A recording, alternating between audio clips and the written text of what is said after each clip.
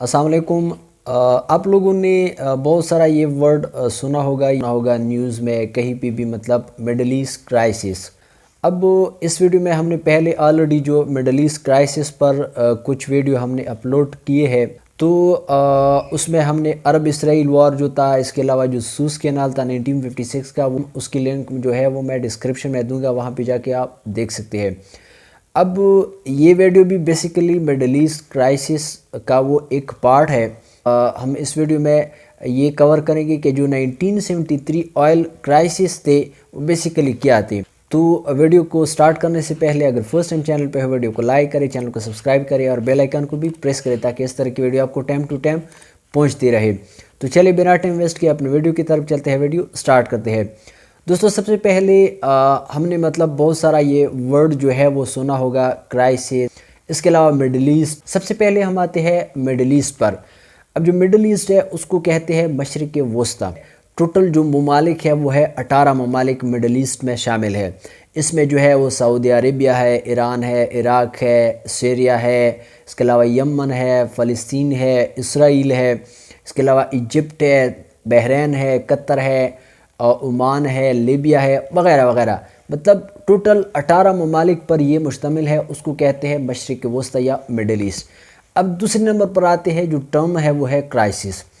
अब जो क्राइसिस है इसका मतलब, इसके बहुत सारे वो मीनिंग है। इसमें जो है वो बहरान भी वो उसको कहते हैं, इसके अलावा खतरनाक हालत, इसके अलावा नाजुक दौर, तो इसको कहते हैं क्राइसिस। 1967 में जब अरब इसराइल का दोबारा जो वॉर जो था वो स्टार्ट हुआ, उस जंग में क्या होता है कि वो 6 दिन के लिए वो जारी रहता है।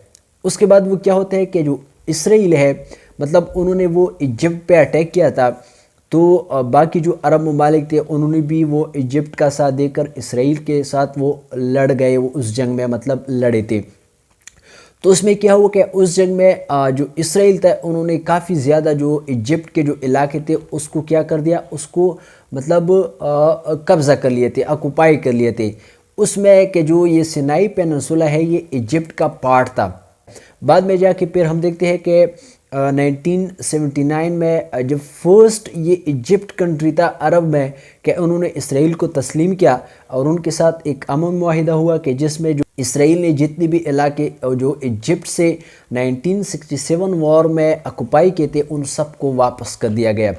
अब वो तो खैर एक अलग, हम उस पर इंशाल्लाह एक वीडियो वो लेके आएंगे, लेकिन यहाँ पर हम बात करते हैं कि जब सिनाई पेनिनसुला इसराइल ने इजिप्ट से कब्ज़ा कर लिया, क्योंकि ये जो सिनाई पेनिनसुला है इस पर पूरे वर्ल्ड का मतलब जो ट्रेड है, मतलब जो मेजॉरिटी जो वेस्टर्न, चाहे वेस्टर्न कंट्री हो या ईस्टर्न कंट्री हो, वहाँ तक मतलब ये जो ट्रेड चलता आ रहा है वो इसी सिनाई पेनिनसुला, ये भी एक अहम रूट है उस ट्रेड के लिए।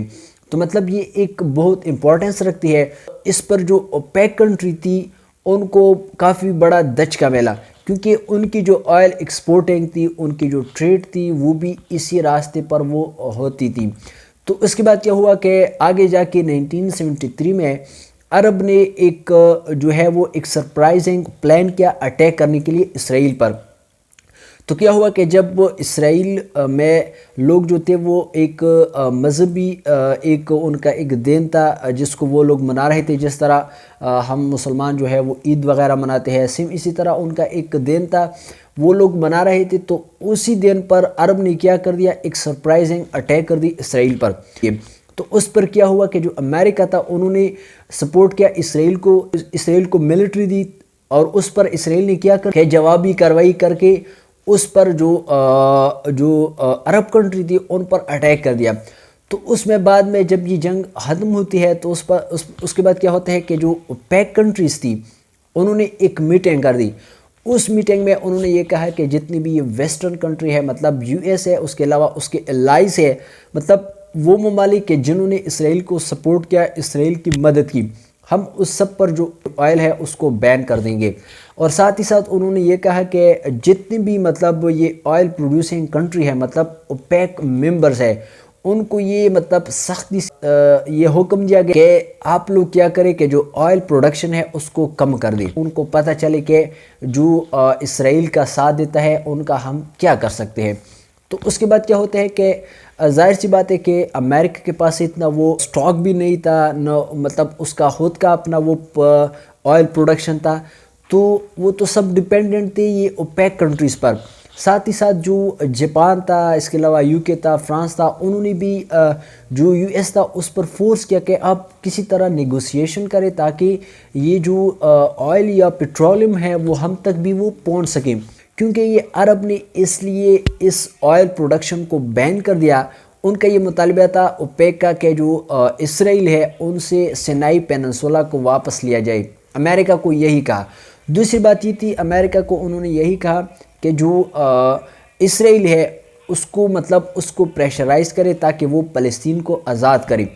آئل کرائسس اس طرح آتے ہیں کہ جب اوپیک کنٹری نے آئل پروڈکشن کم کر دی، تو جب پروڈکشن کم کر دی مطلب اس چیز کی جو مطلب ڈیمانڈ تھی وہ تو زیادہ تھی، لیکن اس کی پروڈکشن انہوں نے کم کر دی، حتیٰ یہ کہ اپنے لیے بھی انہوں نے مطلب جو پروڈکشن تھی وہ کم کر دی تاکہ جو یہ پیٹرولیم ہے، یہ آئل ہے، وہ باہر ایکسپورٹ نہ ہو جائے۔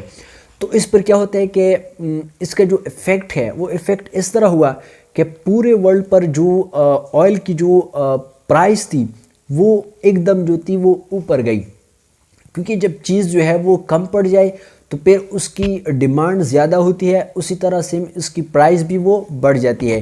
جب مطلب ایک چیز سرپلس میں آ جاتی ہے، زیادہ ہو جاتی ہے، تو پھر اس کی ڈیمانڈ بھی کم ہو جاتی ہے اور اس کی پرائس بھی کم ہو جاتی ہے۔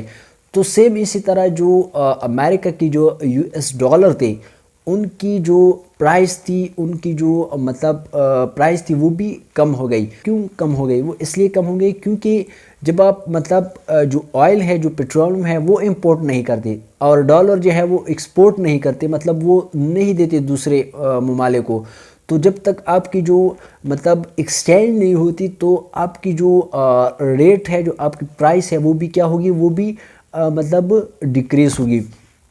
تو اس پر کیا ہوا کہ جتنی بھی مطلب یہ آئل کمپنیز تھی انہوں نے یہ کوشش شروع کی کہ جتنی بھی یہ اوپیک کنٹری ہے ان کے ساتھ ہمارا نیگوسیشن ہو سکے، ہمارا ڈسکشن ہو سکے تاکہ یہ جو کرائسس ہے اس کو ہم ریزالو کریں۔ اب یہاں پہ ایک بہت بڑا سمجھنے والی بات یہ تھی کہ یہاں پہ اب جو ہے وہ دو پاورز تھے ورلڈ میں، ایک تھا یو ایس، دوسری سائڈ پہ جو تھا وہ یو ایس ایس آر تھا، کیونکہ ان دونوں کے درمیان ایک کولڈ وار بھی جاری تھا۔ تو یہاں پہ جو یو ایس تھا اسرائیل کا ساتھ دے، اسرائیل کو بھی وہ نہ چھوڑے، کیونکہ اگر اسرائیل کا ساتھ نہیں دیتے تو جو سینٹرل بینک ہے اس پر سارا کنٹرول جو ہے وہ جیوش کا ہے جو کہ اسرائیلی ہے، اور دوسرے سائڈ پر جو عرب ہے، جو اوپیک ہے، اس کو بھی وہ نہیں مطلب جانے دے سکتے تھے، اس کے ساتھ بھی ان کا وہ جو ریلیشن تھا وہ جو تھا وہ خراب نہیں وہ چاہتے تھے۔ وہ اس لیے کیونکہ اگر وہ عرب کنٹری سے وہ ہاتھ مطلب دو بیٹھتے تو یہی عرب کنٹری جو تھے وہ یو ایس ایس آر کے پاس چلے جاتے اور پورے اوپیک پر کنٹرول کس کا رہتا؟ یو ایس ایس آر کا رہتا، اور یہی کولڈ وار جو تھا وہ یو ایس نہیں جیت پاتا۔ اور دوسری بات یہ کہ یہ جو امریکہ تھا اس کا یہی ہمیشہ سے یہ کوشش رہی ہے کہ جو پورے عرب ورلڈ ہے اس کو ہم کنٹرول کریں، کیونکہ اگر ہم عرب ورلڈ کو کنٹرول کریں گے تو سارا جو آئل ہے اس پر بھی ہمارا وہ گریپ ہوگا، ہم کنٹرول کریں گے۔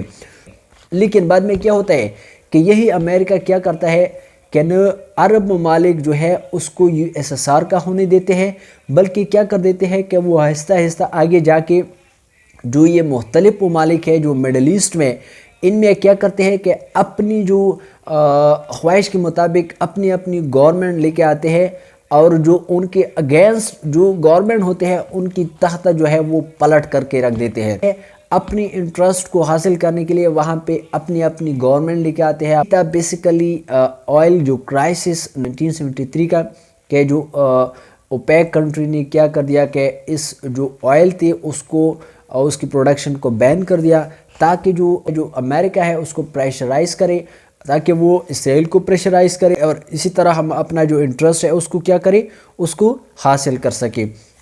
تو نیکسٹ ویڈیو میں ملتے ہیں، اپنا بہت سارا خیال رکھیے گا، اپنے دعاؤں میں یاد رکھیے گا۔ اللہ حافظ۔